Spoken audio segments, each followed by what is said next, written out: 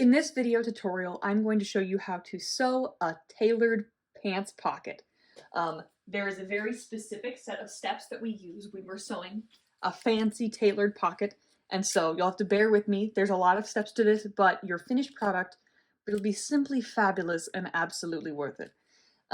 It is a special kind of pocket, so it's got a lot of special steps. So to start out with, if you're following along from my shorts project, you're going to need your front piece, which is now two pieces that have been connected, and also your pocket piece. If you are using this tutorial to sew a tailored pocket on not a project for my class, the steps are still the exact same. You will need whatever the front piece that you're trying to put a pocket on is, and you will also need your pocket piece itself. And you'll notice it's one big pocket, not two pockets to be stitched together, which means that this middle edge is connected. So to start out with, we're going to want to take a look at our marked seam line, and there should be a set of notches. We're going to be using those notches quite a lot. So if you're using a pattern that calls for a tailored pocket that isn't this, it should have notches indicating where you're going to start and stop sewing, because that's what these notches are for. So to start out with, I'm locating that yes, my piece has two notches on the front, and I already showed you the pocket notches, so I'm going to line those up now. So I'm placing my pocket piece so that the waistline is lined up on the top here. And first of all, I'm going to match the notches before doing anything else because I want to make sure that my pocket is in the exact right spot. Plus, we're going to use these as a guide for a later step in a very short bit. Just a few minutes in this video. And there's my other notch, so I'm going to stick a pin through there, flip it over, say, nope, that's not quite it. It's not quite in the right spot. Slide my fabric until I get it to go right. Ooh. Then I lost this side. There we go, right where I want it to. So you'll see my pin comes in and out exactly on that notch, which is important when doing anything with tailoring. It's all really important that you get exactly on the line. So that is what I'm doing now. Go ahead and pause this video, pin your pieces together, and then I will meet you over at the sewing machine to show you what to do next. Yep. So I've got my pocket piece all pinned and ready to go. I know exactly where my notches are because there are pins marking them, making them extra bold for me. So now I am ready to begin stitching. So it's important that you have a hardy tail on your thread to start with. Sort of like if you were going to be gathering the stitches, which we're not, but we do need this tail, so don't start sewing without one, because what we're going to be doing is a special finishing technique on this seam. So usually when we sew something, we backstitch to reinforce and tie off our threads. We're not doing that on this one. We're doing a method where we tie the knot by hand instead. We're hand tying it, and I will show you how to do that. But it prevents the fabric from getting torqued and adding extra thread bulk, and it's a thing that we do on this one step when sewing a tailored pocket. So I'm starting exactly on my notch, making sure that I'm really hitting that line and the notch. I know that my first notch was at this pin, and I'm going to stitch. Like I said, no back stitching, just going forward on my marked line.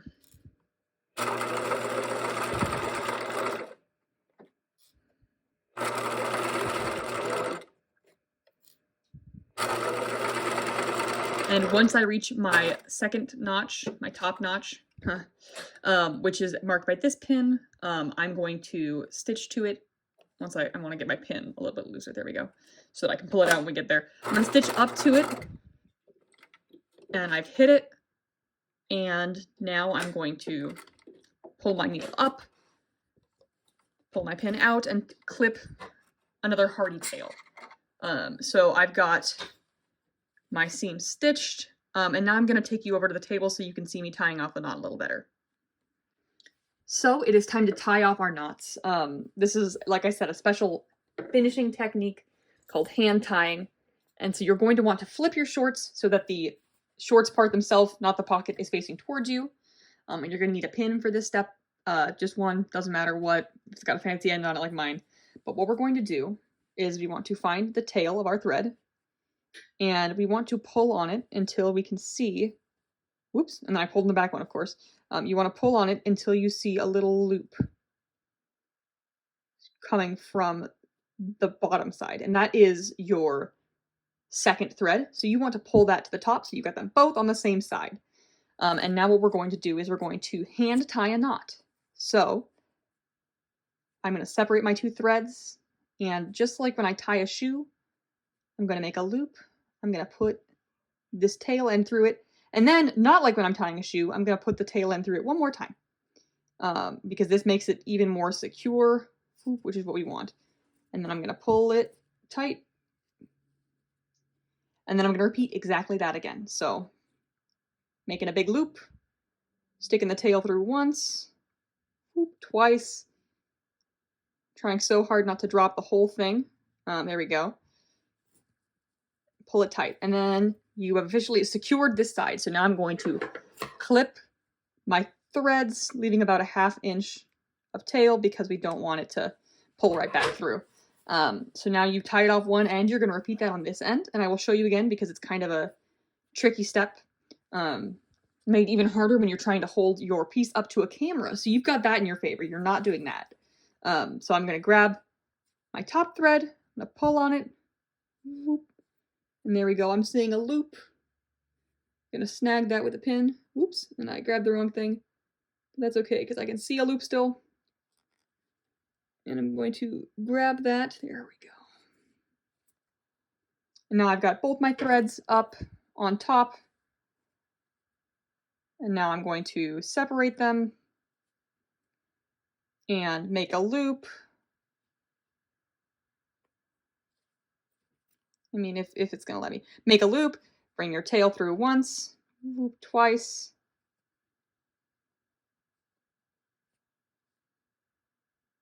There we go, and pull it. And repeat one more time. So you're going to do this to both of your pieces. So that seam from notch to notch on both fronts, so your pocket. And don't backstitch, tie it off, clip, and then you're ready for the next step, which involves some more clipping. Now that I've got everything tied off, I'm ready for my next step on my tailored pocket. And the next step is we're going to be doing some clipping, which can be kind of scary because you're cutting your fabric, and uncutting your fabric is not really a thing you can do. But it's okay because this is how we're going to get our super cool, awesome pocket. So you're going to want a pair of scissors and your piece. And what we're going to do is we are going to take our scissors and clip on where that notch is right up to our seam line. So as close as you can get to your seam line without going over is the goal, because you don't want to cut the thread that you just sewed there, but you do want to get all the way to your seam line. And you'll see why in a brief minute. And so I'm doing that on both of my edges. So I've clipped it right up to my seam line. And now I'm going to grade my seam allowance down just in this little part that I've cut free. So for my shorts pocket side, I'm cutting it to about a 1/4 inch. And I'm not going to measure this, I'm going to eyeball it, and I would recommend you do the same, because there are just not enough hours in the day to measure out seam grading. You've just got to believe in yourself sometimes. So I've cut this side to about a 1/4 inch, and then I'm going to cut the next side to about 3/8 of an inch or 1/8 of an inch longer.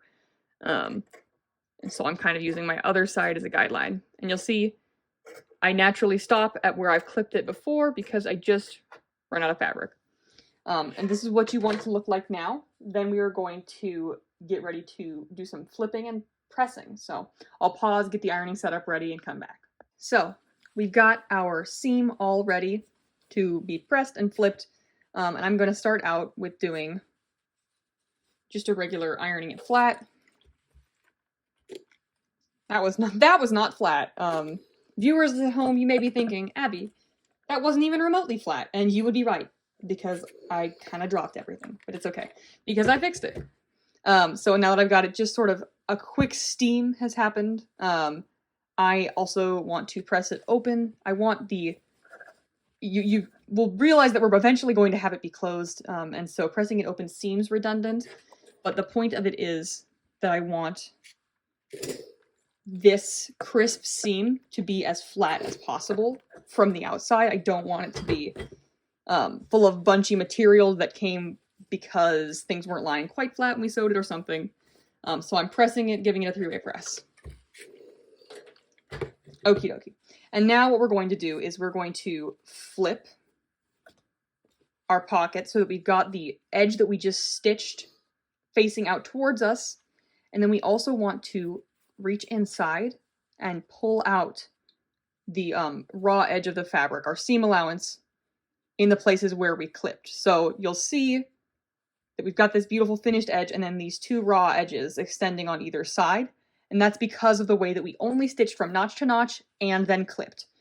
So this is how we're going to end up getting a really nice pocket, is this special little runaround that we're doing right now. So now that I've got this all flipped, I'm going to press it, and I want to figure out, yes, this side I've got facing you is the shorts outside, so I'm just going to roll my seam a little bit towards me so that I don't have any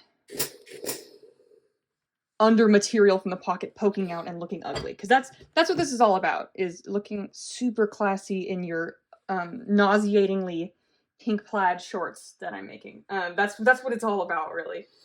Okay, so now that I'm done pressing everything, what I'm going to do is it is time for us to top stitch our pocket opening at about 1/8 of an inch away from our raw edge or our seam line, depending on where you're sewing.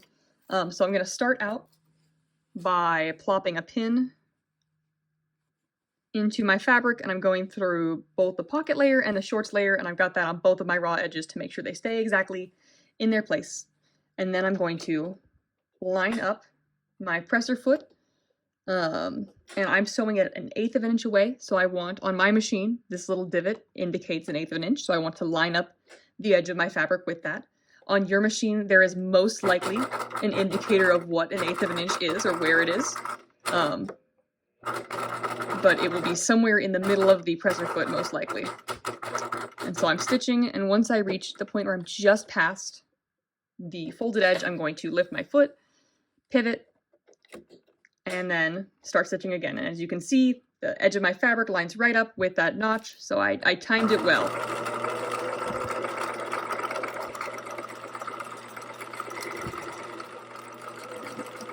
This is going to serve to reinforce everything and make sure our pocket fold stays crisp and nice forever. Forever and ever, as long as this pair of shorts lasts, which, as you all know, will be so long. I will wear these every day because they fit me.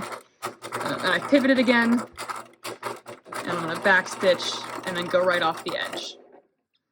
And so now I have got this step all taken care of, and as you can see, I've got a nice little edge stitch that you can see from both sides of my fabric, and you can see nice now how I rolled the seam allowance under so it would be invisible from this side. And so now we are ready to move on to our next pocket step. I've got my top stitching done, so now it is time for us to fold our pocket in half and stop having it be a big, long, flat knot pocket and start having it be a real folded pocket with an inside and outside. So what I'm going to do, and you just saw me do it, is I'm taking my pocket piece and I'm folding it in half. And I gave mine a little bit of a press to begin with, so I have a nice line guiding me of where the middle is. But what we're aiming for is we want to line up the edge of our pocket and the seam line of our pocket with the seam line of our other side. So what we're going to be doing is we are trying to match all of the bits that we were matching before. So I'm looking at my notch right here. When I put a pin through that, it comes out and it should be right at that corner, right at that pivot point where I've trimmed and clipped. So I'm going to put that there. And actually I want to be pinning from this side. So I'm going to take that one out and redo it in a second.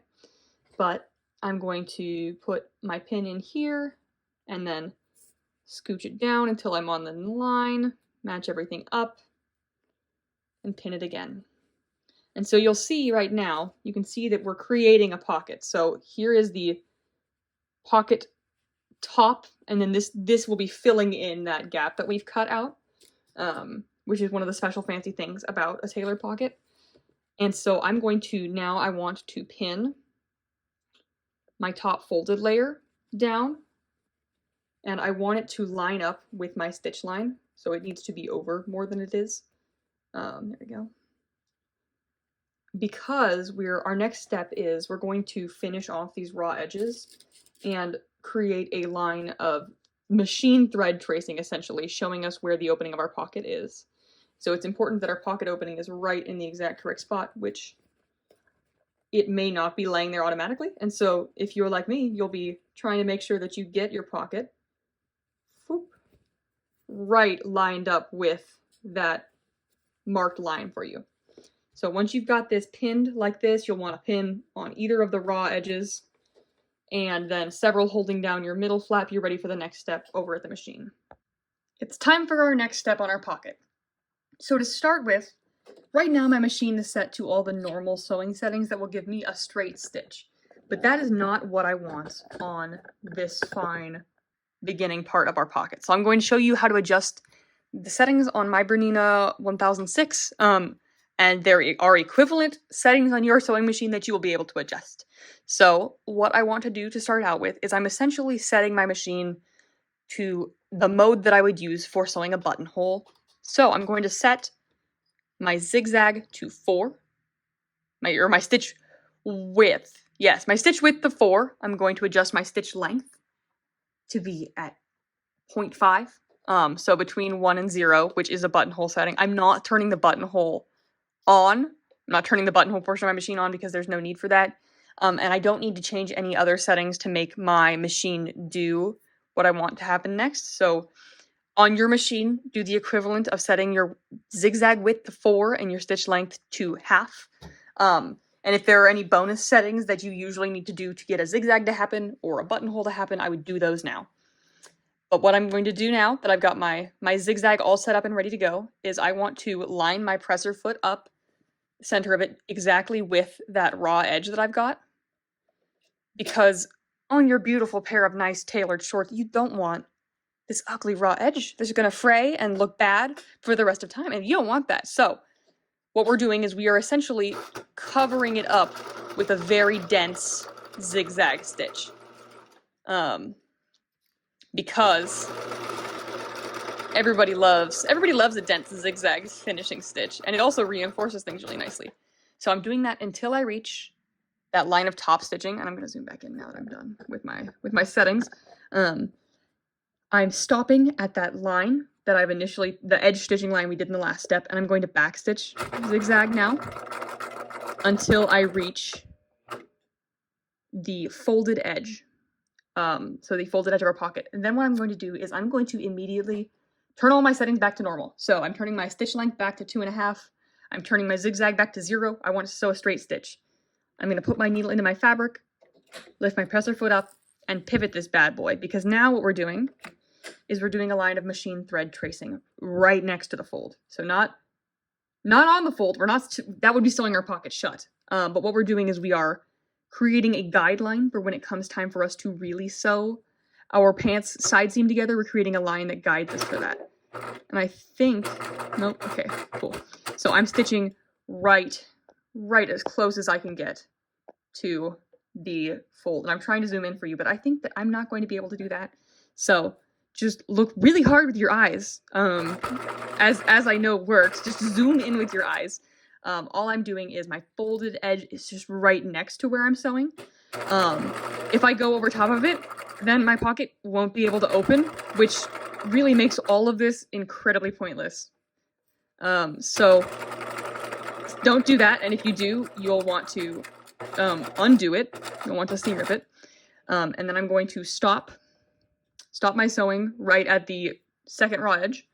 And I bet you know what we're going to do now.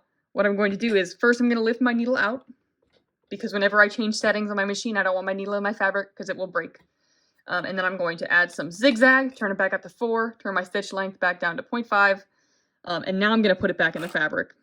And the reason for taking it out is because when you add stitch width zigzag to it, it shifts the needle, and if it's in your fabric, it can get stuck and break, which I just don't feel like dealing with right now in this video. Anyway, I pivoted. Now my presser foot is right on top of the raw edge, and I'm going to do the exact same zigzag stitch to conceal this one as I did the last one. And with these zigzags, you'll just want to let your machine take its time. Don't push or pull your fabric through. It's going at its own rate, because that's going to create a nice dense zigzag for you. And so what you want this step to be finished looking like is, come on, focus. I have got a zigzag finish on either one of my two sides. And then reaching into my pocket, you can see I've got a line of machine thread tracing that shows me exactly where the edge of my pocket sits, which will be useful in our coming steps. So that is how you sew a tailored pocket. So at the end of the last step, I made it sound like we were done, but you might be thinking, Abby, if I tried to put anything in my pocket, it's just going to come right out the bottom because we didn't sew the bottom yet. You would be right. So there are still a couple more steps before we're done sewing our pocket. And the first big one is it does need to have the bottom closed up, because otherwise it would be really unfortunate. You would go to put stuff in there, it would fall straight out the bottom, never to be seen again, in a really sad and not at all fun time for you, which is just not our goal. We want pockets that hold things. So what I'm going to do is I've turned all my sewing machine settings back to just normal, no zigzag, 2.5 stitch length, and I'm just going to sew the bottom of my pocket shut. I'm going to back stitch, and I'm going to following the curve, and I'm going to stop once I reach the end of my stitch line. So there's a corner here. I'm going to stop there, and I'm going to back stitch, and then I'm going to clip it off. So right now there's still a little hole here. I was going to stick my finger in it, but I can't quite get there. There's a little hole right here, and that's okay because we're going to fix that in a couple of steps from now when we sew up the side seams. So ignore that for now. What we need to do next is we actually are going to sew our whole pocket bottom again one more time, but one presser foot away, one presser foot down. So we're doing it a 1/4 inch away from where we originally sewed it. So I'm lining the edge of my presser foot up with my other line of stitching, my original line, and I'm going to just stitch it again. And you might be thinking, why? Why are we doing this twice? What is the point? The point is that, one, people love to fill their pockets with heavy and sometimes sharp objects. Things like, rocks and pencils and all kinds of goodies, candy, heavy things, phones are heavy, that go into pockets. And so we want to reinforce them and make sure that if one line of stitching were to break, all of your stuff doesn't immediately fall out because there's a reinforcing edge. The other reason is that a lot of times, not in this specific pair of shorts, but a lot of times, pockets are hidden away behind layers of lining. They are concealed, and so fixing one is really annoying and hard to get to. So it's easier if you just really sew it the first time, which does lead us to our next step, which is we're going to serge the bottom of this. And I'm just going to scoot my camera right on over to my serger, and I'm going to exactly where I was sewing before, and by that I mean right below where I was sewing before, not exactly where I was sewing before, I'm going to serge my fabric. So I'm just going to lift this up. I'm not taking any material off. I'm just serging only the edge of my pocket. This is both one last reinforcing step, and it's also a finishing step. So now it looks nice and pretty, and you won't have a raw edge rubbing against the your leg when you've got your pocket in your pants. So I'm going to clip my little tails off, and then we're going to scoot right on back to the sewing machine. It's convenient that I've got them next to each other. Otherwise I would pause and start a whole new video clip, but this is easier. So our last two steps of our stitching our pocket in are we need to pin and baste into place the top of our pocket, because right now it's just kind of floating in the wind, and we don't want that. We want it to stay nicely in place so that it's not in the way when we are stitching. So I'm going to grab some pins, and in a couple of places I'm going to secure it. And right now, like I said earlier, we're ignoring this side bit. We are only concerning ourselves with the part along the top. So the top, and then we're going to do the same thing again at the bottom. But I'm starting with the top for right now, because I want to just baste this in, machine baste the pocket top in at about a 1/2 inch. So I'm lining my fabric up with the 1/2 inch line on the edge of my machine, and I am sewing it. And I can tell that something is going wrong. Here we go. The tail of my thread was caught in my machine, but I've been having some mechanical difficulties recently, and I don't have time to take my machine to the shop. So we are living close to the edge these days, gang. So I've basted my pocket up at the top, so now it is not going to be floating free and loose. It's going to be staying there for when it comes time to put the waistband on. And for my last step, I'm going to just baste this little bottom flappy bit. So I'm going to just, again, 1/2 inch. And this will all be encapsulated in your seam allowance when it comes time to do it. The point of doing it basted right now is so that you've got less things to worry about when you're pinning. So now I've got a beautiful tailored pocket. Here it is. I can reach in and I can put goodies inside. I keep my, that's sharp, trying to find something that's not going to immediately stab through my fabric. I keep my dull needles in my pocket and some thread. Yeah. Well, no. I keep so many goodies in my pocket. Here we go. There's thread in my pocket because you have got a tailored pocket. You've sewn one. Yay!